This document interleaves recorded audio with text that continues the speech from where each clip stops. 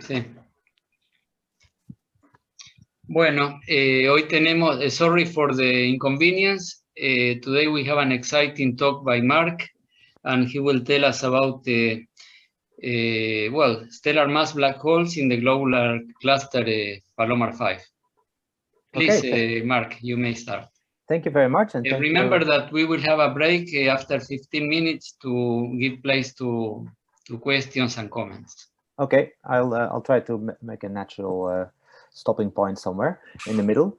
Thank you everybody for coming. I'm aware it's a busy time with conferences and exams, so I appreciate everybody showing up for this talk. This is a talk about a single globular cluster, and although in general these tend not to result into many important conclusions, I will try to convince you that by studying in detail this particular globular cluster, we can learn a lot about dynamics and black hole dynamics in particular. The project originated in the time I was still at the University of Surrey, and it's one of these fun projects that started by talking to people with different expertise. So in particular, Dennis Ercol, who is still in Surrey and is an expert in stellar streams, and Fabio Antonini, who is currently in Cardiff, was also in Surrey and is a black hole dynamics expert. And myself, who works mainly on stellar clusters. And I've always been puzzled by this particular cluster you see here in the front page, which is almost a blank star field, right? You can almost look right through it. And in today's talk, I'll try to explain why I think this is, and the title already gives it away. I believe that this can only be explained with a very massive population of stellar black holes.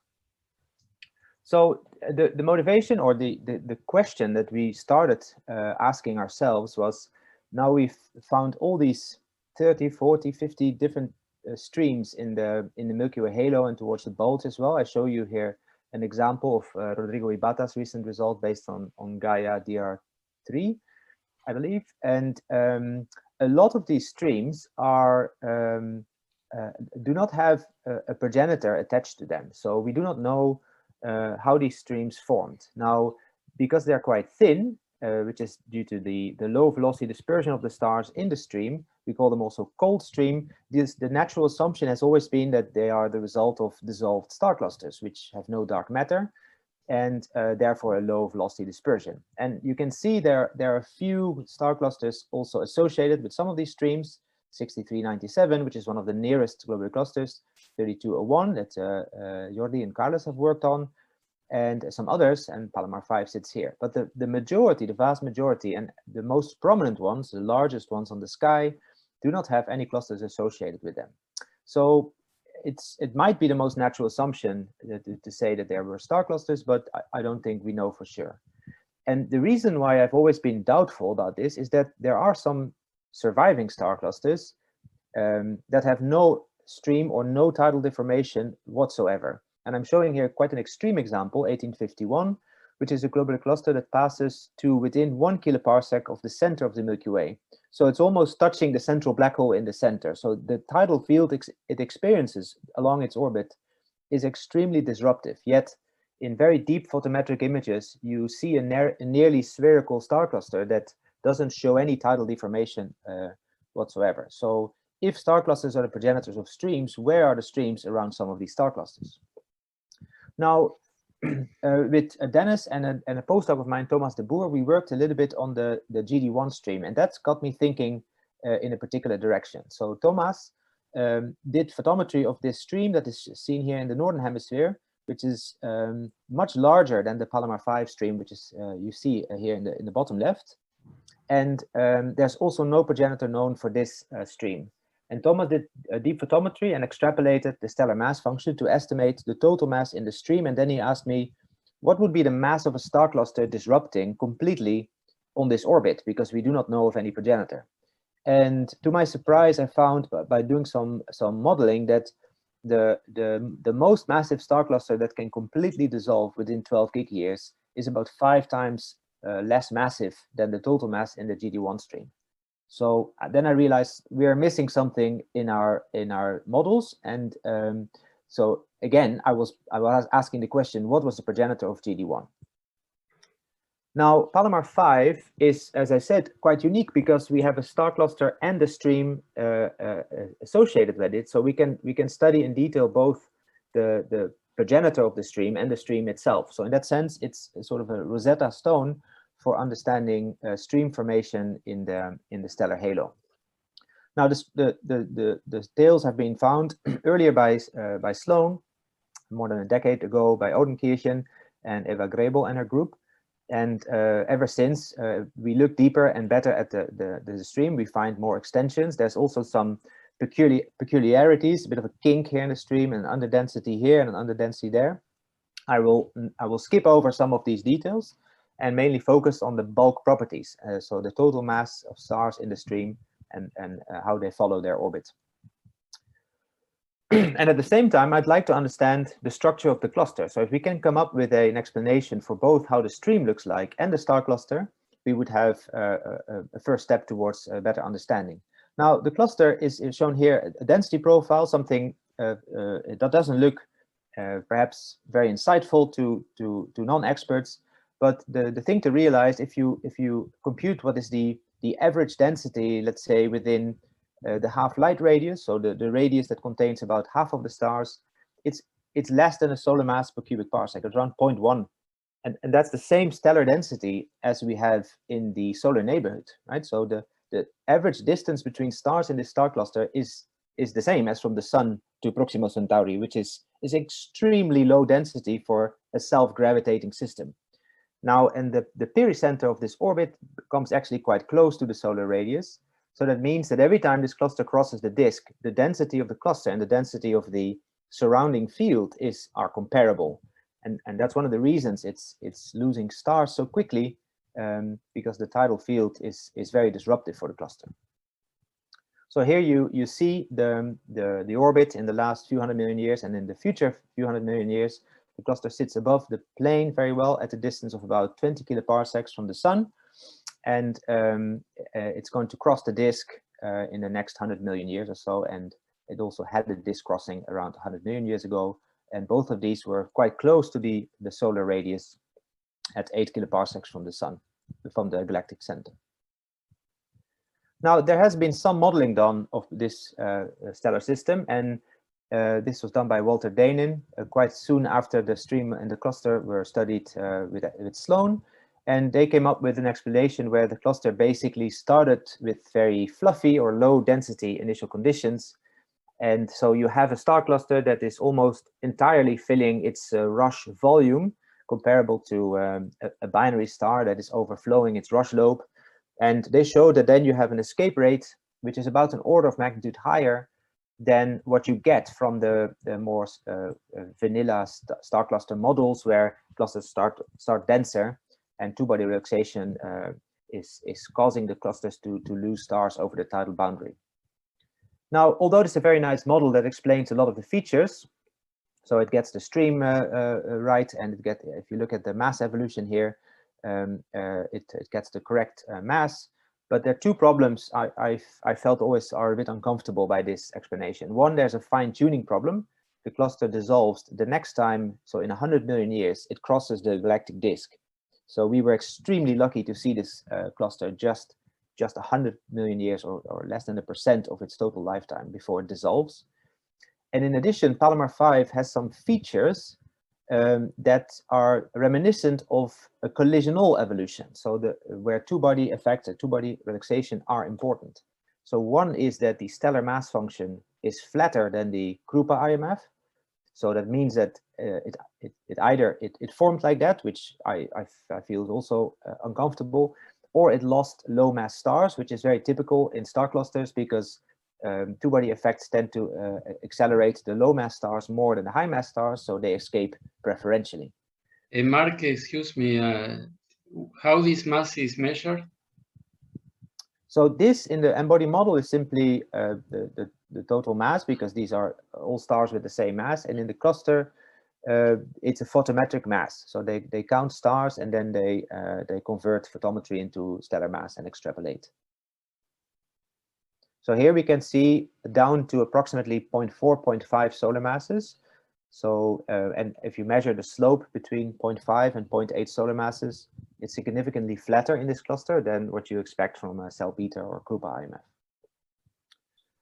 And the second observable that I think is peculiar is that among the stars, there's a spread in the sodium abundance, and I can give an entire talk on what that means or doesn't mean. It's a very peculiar property that's seen in every star cluster, and we don't know for sure why that is happening in star clusters and not in the field. But every model that tries to explain this is invoking a very high stellar density at formation.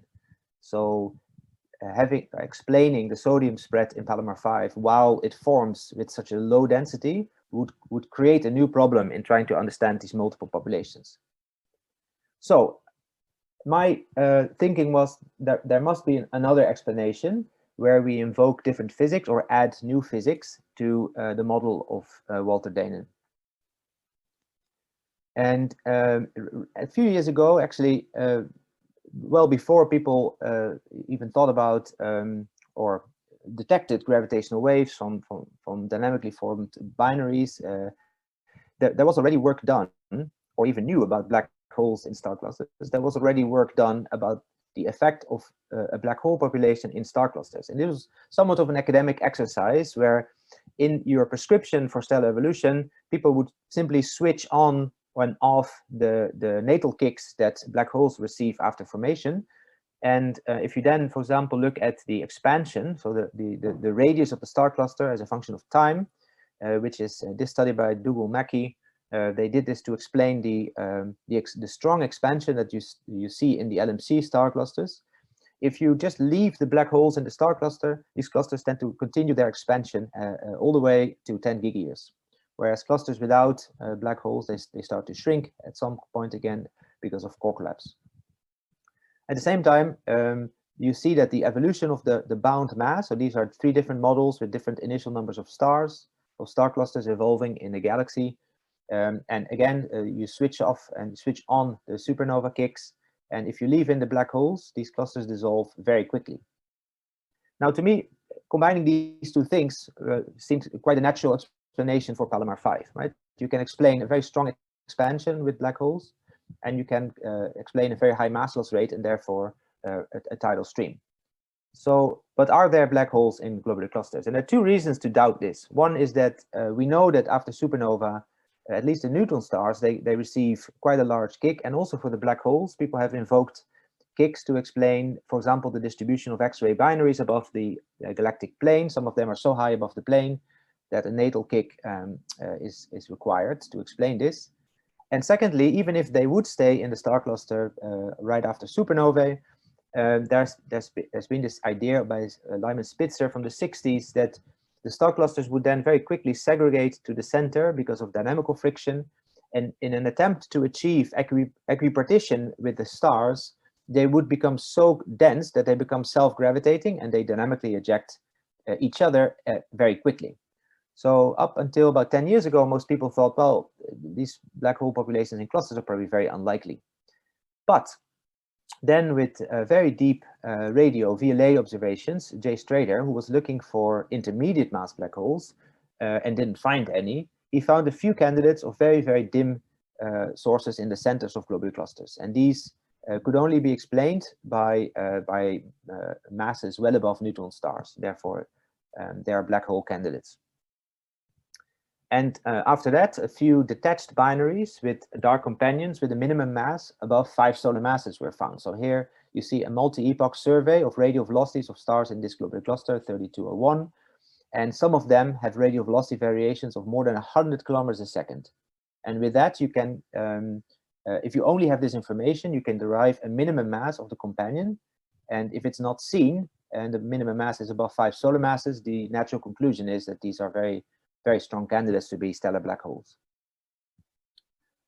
Now, back to this question of the natokicks and the Spitzer instability, more recent models of natokicks actually show that it's likely that a lot of the material that sits in the envelope of the massive star just before the progenitor would be ejected and fall back onto the compact object. And if this fallback fraction is 100%, you damp the kick that the compact object receives from asymmetries during the explosion.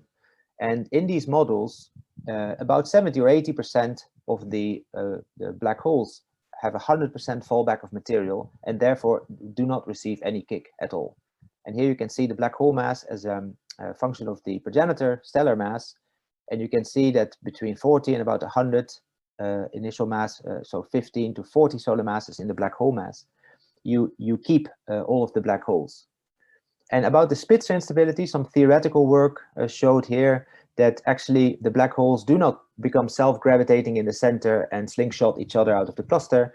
They get into a sort of equilibrium with the stellar distribution, such that the population of black holes can live for a very long time, and very long is here in terms of dynamical time, but for globular clusters this can mean all the way up to 10 or 12 gigayears. Now, the final slide, perhaps for a natural moment of break, is that I've been working as well with some students and postdocs when I was in the UK on some dynamical inference of black holes, so essentially looking at kinematic signatures of a dark population in the core of the star cluster. And here for omega Cen, we found that about 5% of the mass might be in stellar black holes. So to explain this difference here in the velocity dispersion, we needed about 5% of the total mass, which for omega Cen, which is a very massive globular cluster, implies a black hole cluster of about 10 to the 5 solar masses. So there's almost a globular cluster-sized black hole population inside of this cluster. And this result was also independently confirmed by other studies with different modeling techniques.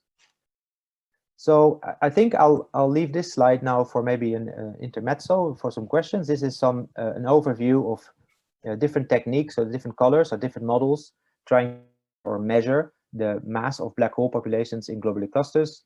And some of the clusters I've worked on are overplotted here. And this might be a good point for a break. Okay, questions? So when you talk about the mass in black holes, you mean the total mass in black holes? I mean, I suppose you're not talking about very, very heavy black holes there. No, that's correct. Yeah, I'm assuming that they consist of stellar black holes, which are somewhere between 10 and 40 solar masses. Mm-hmm. Yeah, there's some degeneracy here, right? So the omega Cen case, omega Cen has been a prime target for studies that look for intermediate mass black holes.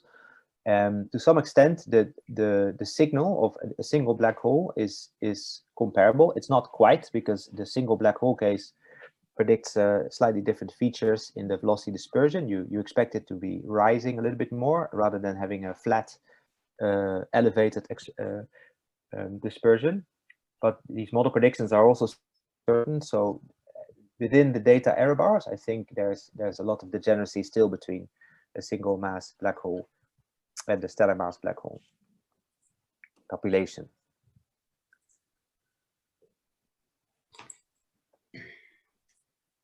Other questions? So actually, Mark, the velocities you're showing in this plot, actually just the previous one and the omega Cen, these are all radial velocity measurements. I see HSTs on the ground. You don't have any proper motion data here. No, this is proper motion. What we could do with omega Cen, because it has proper motions from both HST and from ground base. These are very old. We haven't added Gaia yet, but you could now add the Gaia proper motions. Eugene Vasiliev has been doing this. But by combining the proper motions with the radial velocities, we could get some constraints on the anisotropy of the velocities. And this is important because radial velocity anisotropy can also mimic a mass. You have this mass anisotropy degeneracy if you only have line of sight velocities, because if stars move right to the center with a radial orbit, you have in line of sight velocities, you have very high velocities in the very center that you could then confuse with an isotropic distribution and an additional mass. So here we try to actually put some constraints on the anisotropy, and even with the anisotropy that is to some extent constrained by the proper motions, the data were not so good. but we still needed this 5% of dark mass. And the radial velocities, are these stars too faint or too crowded for these? No, I just didn't show them. We do have them. Actually, they're much better than the proper motions. Except for the HST data, they have extremely good small error bars, and that's just because they go very deep, right? So HST can see a lot of stars here. So the individual errors are larger than the radial velocity errors, but they have way more stars. So these bins, they have very small error bars. Actually, entire papers have been written about this little discrepancy here, which looks like irrelevant, but if you zoom in, it's many sigma. So you could say, ah, this is evidence for an intermediate mass black hole, but that's another topic for debate. Francesca, you have a question? Yes, just a short question, maybe. At the beginning, Mark, you said, for example, the stream Gaia GD1, it seems it has a factor 5 more mass than the maximum mass expected for a globular cluster, if I well understood. For the globular cluster, I understand you have some dynamical instability that fixes more or less the mass to a given level. But my question is how the mass of the stream Gaia GD1 has been fixed and is accurately enough to say to state this factor 5. The mass of GD1, the way, so you're asking how the mass was determined. Exactly. For example, and how accuracy is this total mass? No, this is a factor 5, only 5 respect to the model. It means that there is no space to say that maybe they can come from a globular cluster. How this mass is determined? That's a good point. The uncertainty, I would have to look it up how uncertain that is. But what Thomas did was he observed stars down to around 0.4 solar masses, and then he extrapolated the mass down to 0.1, or the hydrogen burning limit, and assuming some IMF. And then based on that, and then he converted the masses back to an initial mass. So you correct for the mass loss from massive stars, etc. So then he derived the total initial mass. Now, this of course is uncertain, but the other thing, it's also a lower limit because we don't observe the entire stream. In fact, this like Palomar 5, every time you look further away and you go deeper, you still find candidate members. So this mass he derived was only within the area where he surveyed the data. So the initial mass might very well even be larger by a factor of 1.5 or 2. But there's an uncertainty, you're right. But from the modeling side, I think the prediction is quite robust if you fix the orbit, right? Of course, there's an additional complication that these orbits can be time dependent. This GD1 might have been flying at a lower orbit and losing more mass, but because at the moment the visible part of the stream really follows the orbit, we assumed that it didn't change its orbit significantly in the last 5 gigayears or so, where most of the stars were lost. Yeah. I was wondering about this IMF extrapolation from 0.4 what you observed to 0.1, for example. That is uncertain, and you could make the case that if the IMF was flatter, it was a lower mass object. Okay. Thank you. Other questions, comments?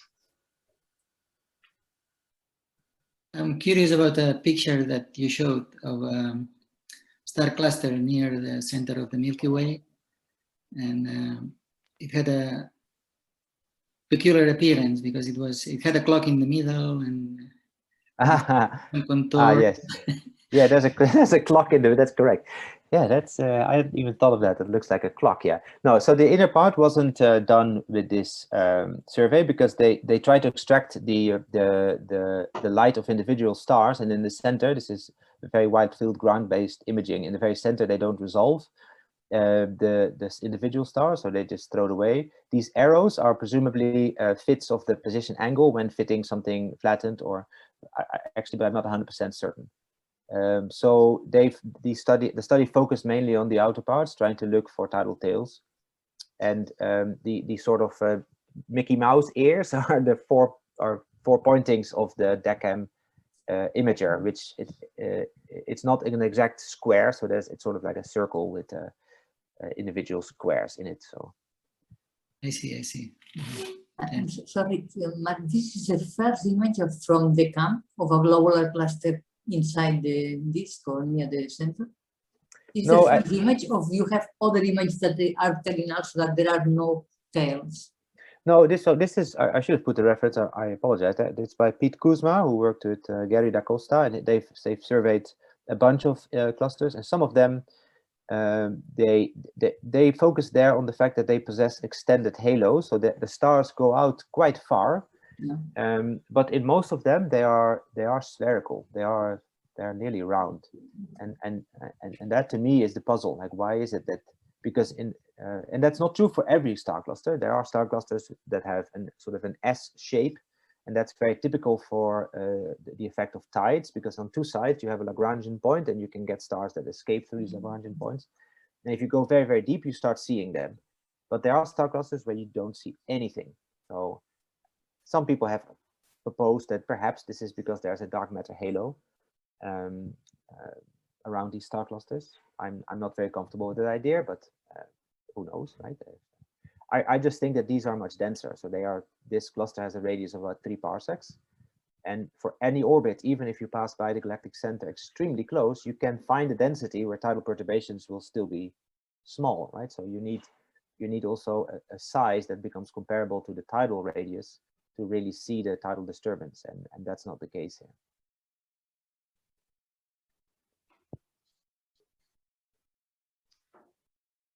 More questions, comments? Well, if not, maybe we can continue with the second part of your talk. Yeah, the main part where I show actually some results for Palomar 5. Being too impatient here with my keynote.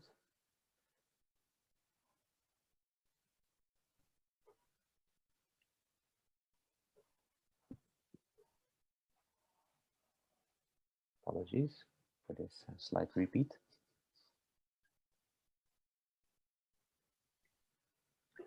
Right, so we were here trying to convince you that at least for the cluster that have been studied, I think the summary of these works were that about 70 or 80% of the globular clusters still have some black holes in them today that have a measurable effect on the structure and on the dynamics. So the natural question then is, can we explain the structure and the stream of Palomar 5 by a population of black holes? So the way we did this was with a sort of chi by I fitting of M-body simulations, and the reason we did that in the sloppy way is that these individual calculations they last about 2 to 3 or 4 months to compute. So the author of this M-body code, Sverre Arset, calls them honest M-body simulations because we don't make any assumptions about forced softening, so pure Keplerian forces, and that for close encounters becomes very, very time consuming to do. And we took 2 observables, so this is that we try to fit, so we try to reproduce in the star cluster. So it's a total number of observed stars, so these are not the total number of stars, but the ones above some SDSS G-band magnitude, and the effective radius, which is the half-light radius, so the radius containing half of the stars, which is about 20 parsecs in this case. And our methods and initial conditions, we started with simple Plummer spheres as initial conditions, a Krupa IMF between 0.1 and 100 solar masses. Every star is, every point in the simulation is a star, and every star is evolved with recipes according to stellar evolution for both single stars and binaries. We used as realistic as possible Milky Way, which has a dark matter halo, a disk and a bulge, and the properties and the parameters of these 3 components were actually fit from the Palomar 5 stream. So in that sense, it's a self-consistent approach. And then we observe every M-body model in the G-band magnitudes that the cluster was also observed. And we vary 2 parameters trying to explain those 2 observables, which is the initial mass and the initial density of the cluster. And everything is evolved with the M-body 6++ on GPUs by these authors. This is not from 3003, it's 2003, I apologize. It's not a code from the future. And we make 2 assumptions for black hole kicks. One is the most recent fallback scenario that I just mentioned, where about 73 of the total mass that forms in black holes doesn't receive any kick, so stays in the star cluster. And we have a scenario where we give all the black holes neutron star kicks. And we still try to explain the model, even though all the black holes escape. Now, here I show a summary of not all the models. We ran about 20 models for each of the scenarios. So we have 40 M-body models in total. I show here a subset of the models where we left the black holes in. And I'll start by explaining the bottom panel here. So this shows the mass fraction in the black holes as of in black holes, so the total mass that is bound to the star cluster that sits in stellar black holes, as a function of decreasing mass, right? So time runs to the right, and initial mass here is a bit higher than for these models. And you can see that all of the models start with the same fraction, which just follows from stellar evolution. So it's 5% roughly. And then you start seeing that the individual M-body models start diverging. So, and the reason they diverge is because the clusters have different initial sizes and densities. So denser clusters, they start ejecting the black holes, not exactly because of the Spitzer instability, but because of dynamical interactions. The timescales are shorter. And you can see that near the end of the evolution, you can get almost anything in between 0 and 100% black hole fraction, right? So some of our models evolved to 100% black hole clusters. So there's no more stars towards the end. And if you then look at the other diagnostics of the cluster, you can see that they very much correlate with the black hole fraction. So on the top, I show the mass loss rate, so the amount of mass in solar masses that escapes the cluster per million year. In the beginning, it's very high because of stellar mass loss, but then it sort of settles down. And the blue line is our best model. And you can see that although it oscillates along the orbit, it is actually very close to this dashed line, which is the collision-less model of Walter Daenen. So we can reproduce the same amount of stars with a collisional model, but very much driven by the black holes. Because if you take this model, for example, here the black holes escape. There's only one left near the end. And it follows a line that is very close to the results of published collisional M-body models, about an order of magnitude below that. So you can see here the black holes give rise to a variation of about a factor of 10 in the escape rate. And at the same time, they give rise to about a factor of 10 in the radius, the half-light radius. So theory predicts that they should follow roughly this line, and you can see that the model without black holes does, but the black hole models are about a factor of 10 above this, and that's 3 orders of magnitude in density.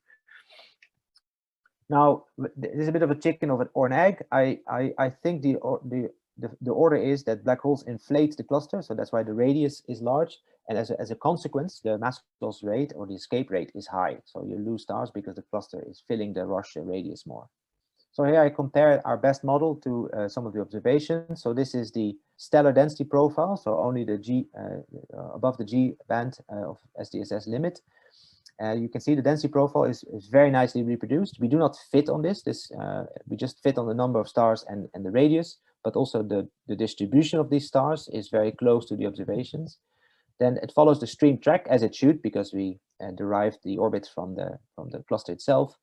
And also the density along the stream and the width of the stream is within a factor of 2 is nicely reproduced. Now, this is a log property, so it's what my supervisor called cheat plots. So if you do everything in log, everything looks very close and good, but you can see within the uncertainties, we still have 2 or 3 sigma that we're off.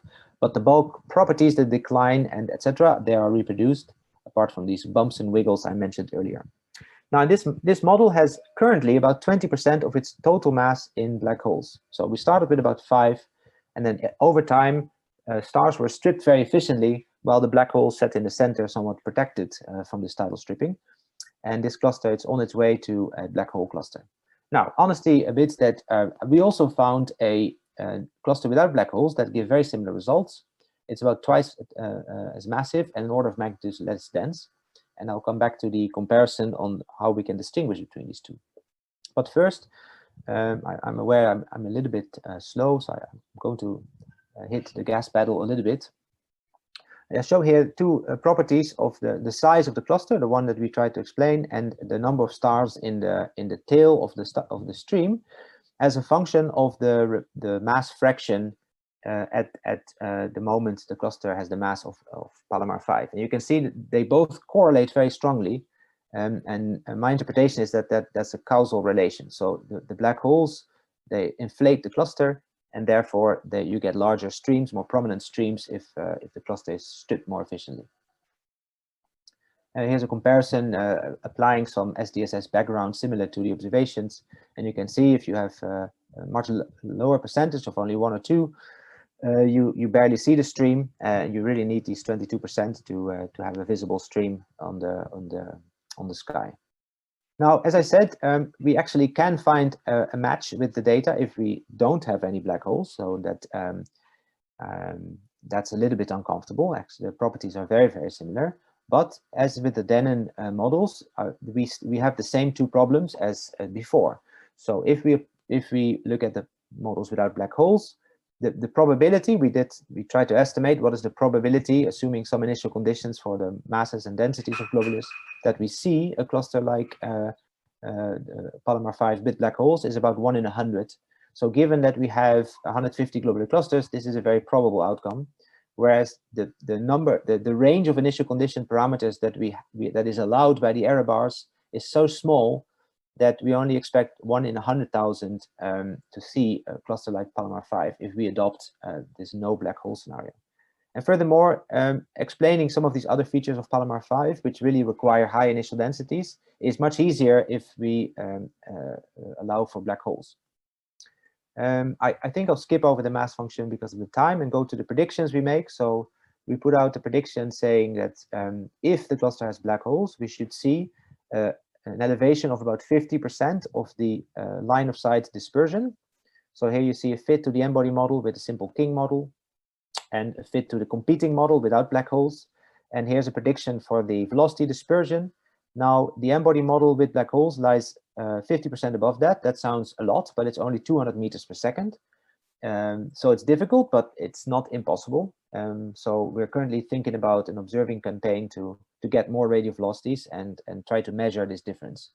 There's another prediction we make for the binary period distribution, and if you're interested, you can ask me about that. Now, the current data favors the black hole models, but I need to be honest and say that there's a lot of stars here that have only one observing epoch, and therefore we cannot exclude that there's some pollution by binary stars. And so I'd like to have for each star at least a second observation to make sure that the radial velocities are not varying because of binarity. So I have 2 more slides. I apologize, I'm taking a little bit longer. So there's a few implications of our results if we assume for the moment that the black hole scenario is favored.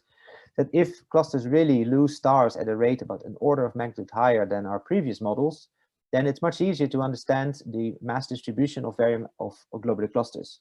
So this is what we see in the Milky Way in nearly every galaxy.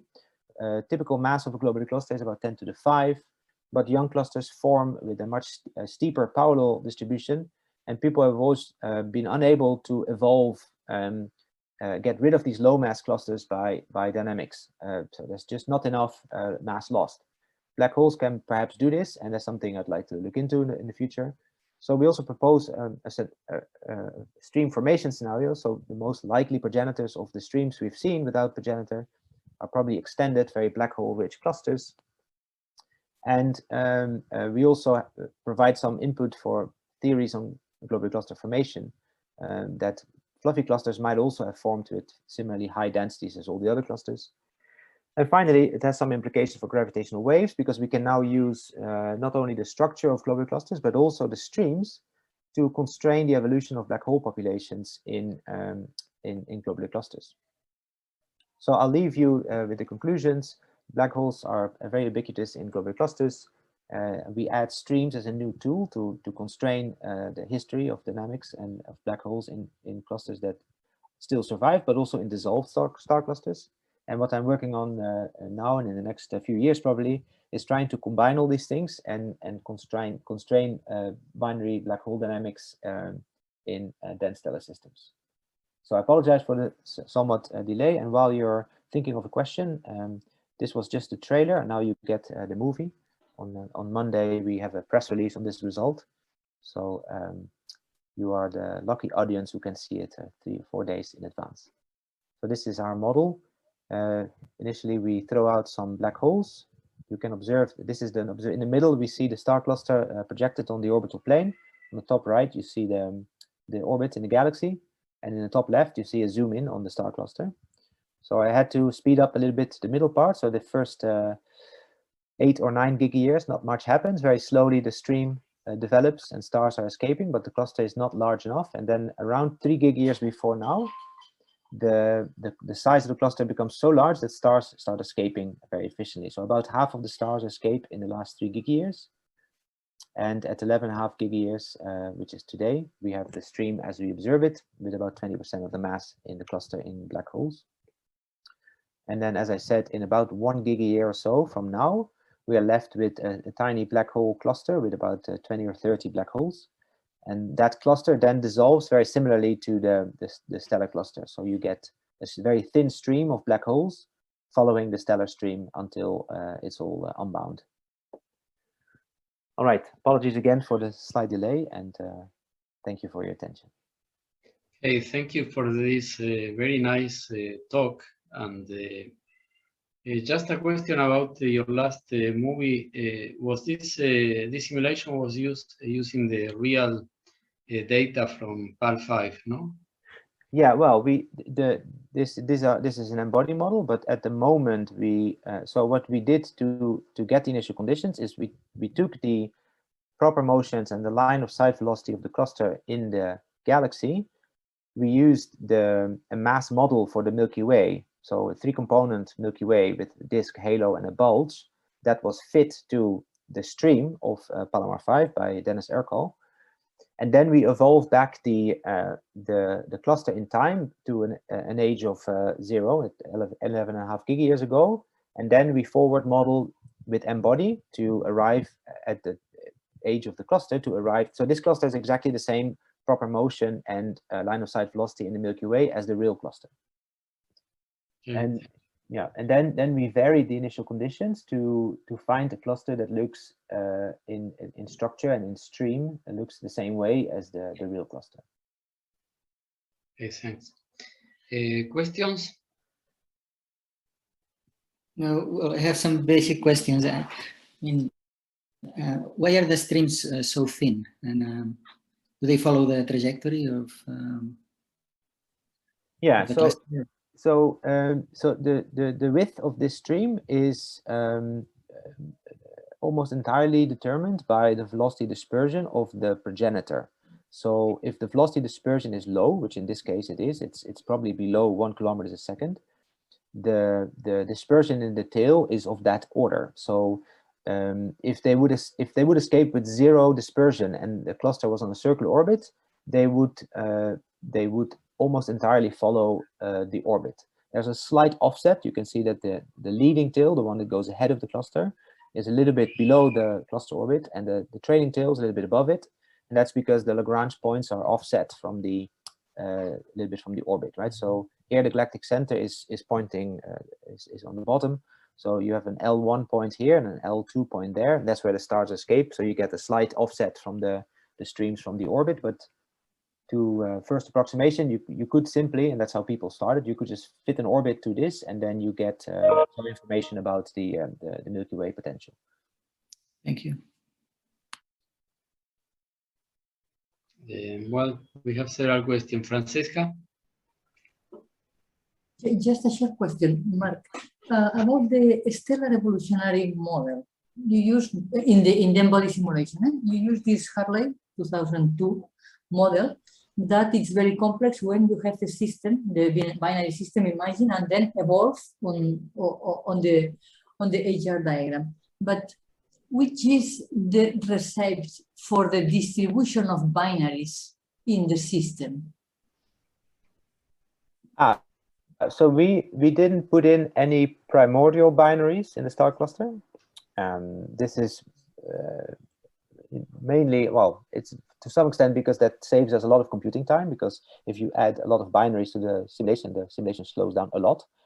And but we do form binaries dynamically, but the vast majority of these binaries are among black holes. So in our case, the binaries do not really affect any of the stellar evolution. But yeah, in the Hurley 2002 paper, they have recipes for a lot of complicated binary physics. Binary evolution experts are, of course, always very cautious about using these recipes because they're not live stellar evolution models, but they have recipes for rush overflow, for angular momentum transfer, for tidal braking, for magnetic braking. Like, it's all there, but it's all very approximate because it works. It needs to work very fast because the stellar evolution is never the bottleneck in the computation. It's always the gravity. But they want to keep it that way. So if you start adding like live stellar evolution, you're basically waiting for each star to move in the HR diagram, and that's not the point. Then it means that the number of black holes, for example, that are in binary systems in the final time on the simulation is not reliable, or do you think it's reliable? How many black holes are in binary systems? How many black holes are neutron stars? How many? No, it's reliable. Yeah, that's a very good question. I think we probably get the black hole binary properties wrong in this model. You may have many more black hole binaries that formed just from stellar evolution, because about 70 or 80% of the black holes do not receive a kick. So just and almost all the massive stars, the observers tell us, they are in binaries. So many of these massive star binaries, they will simply become black hole binaries. Now, for the dynamics, this probably doesn't matter at all, right? So that's been shown by many people that the global evolution of the cluster is very insensitive to what you assume for about binaries. Other details will matter. So if you look at, for example, population of X-ray binaries and things like that, we probably get all of that wrong, but I don't think it will affect our conclusions here. Okay, thank you. Ruxandra, question? I just wanted to ask, how many of these clusters would you expect to have that dissolve within a certain area?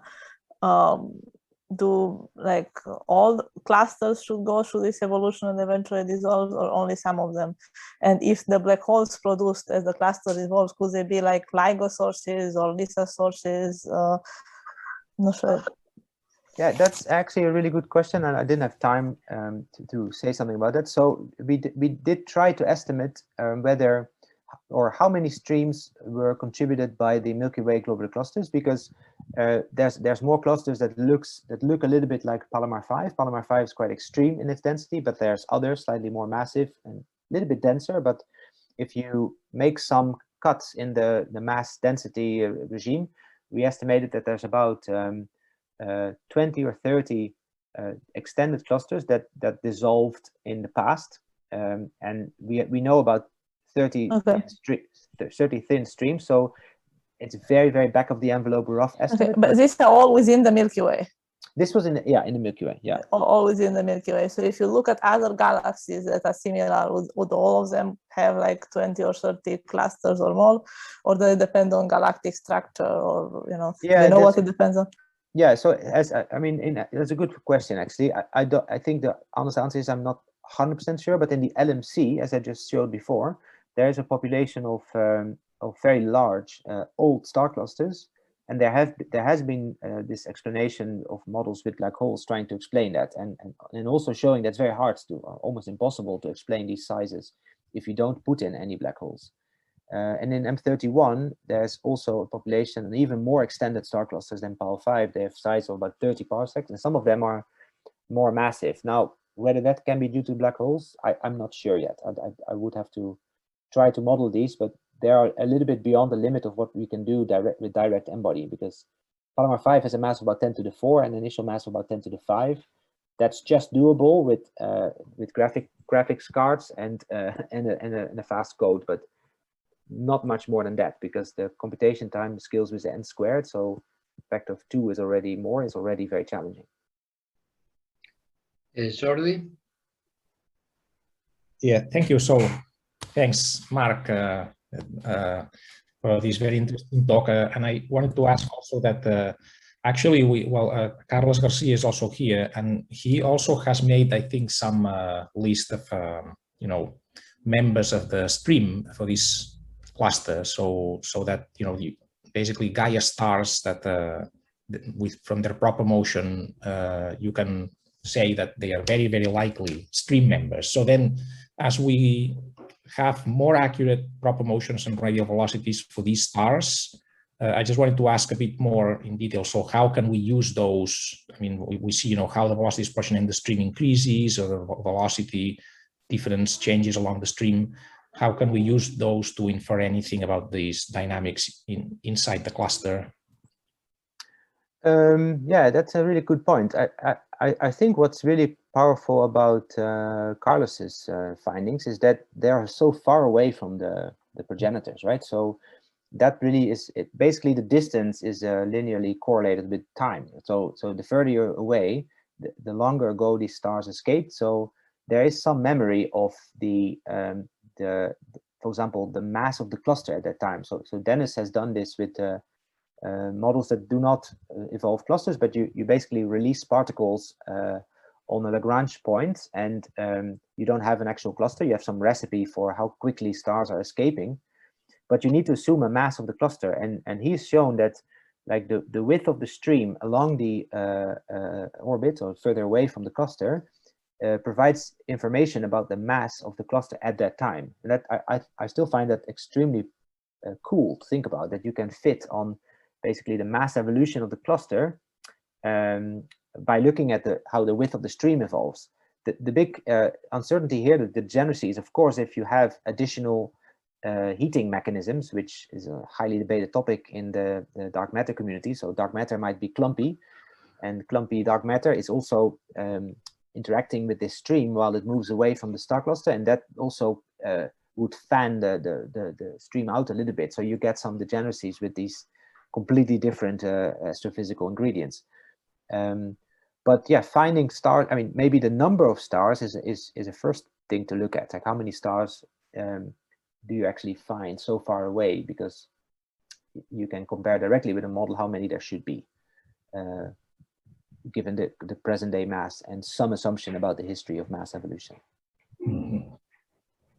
So I'd be happy to chat a little bit about that and see if there's what I've always been a bit afraid of is the selection biases that you have in the data. It's like some you will find because it just moves by closer, or the cluster is on a retrograde orbit, so you just pick out the proper motion signal much easier. Like, would it be possible to really say, like, given some stream model, how many of these stars would you be able to detect? I guess if you observe the models in a similar way as the data, maybe you can quantify this selection function, but yes.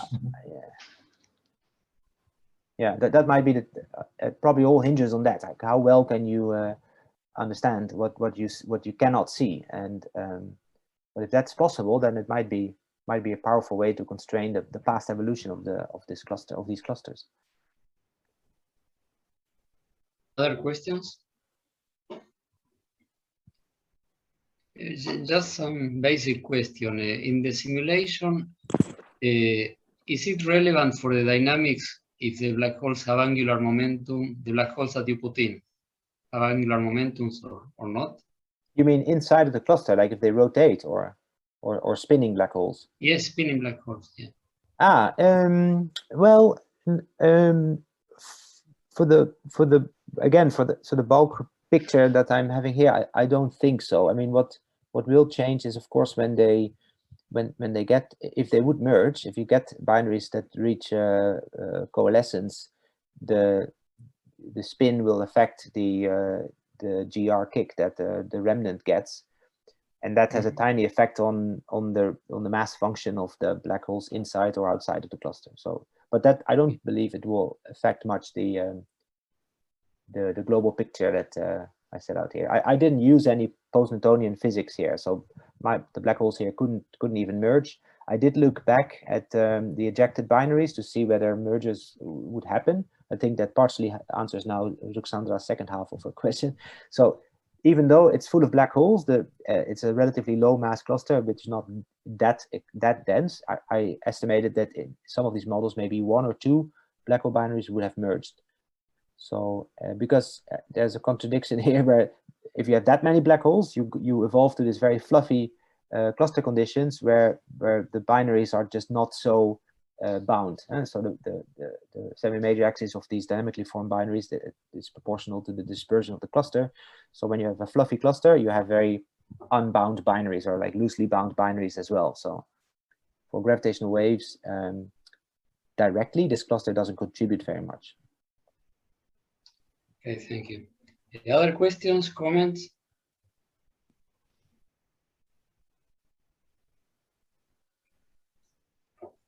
Well, if not, let's thank Mark again for this very nice and interesting talk.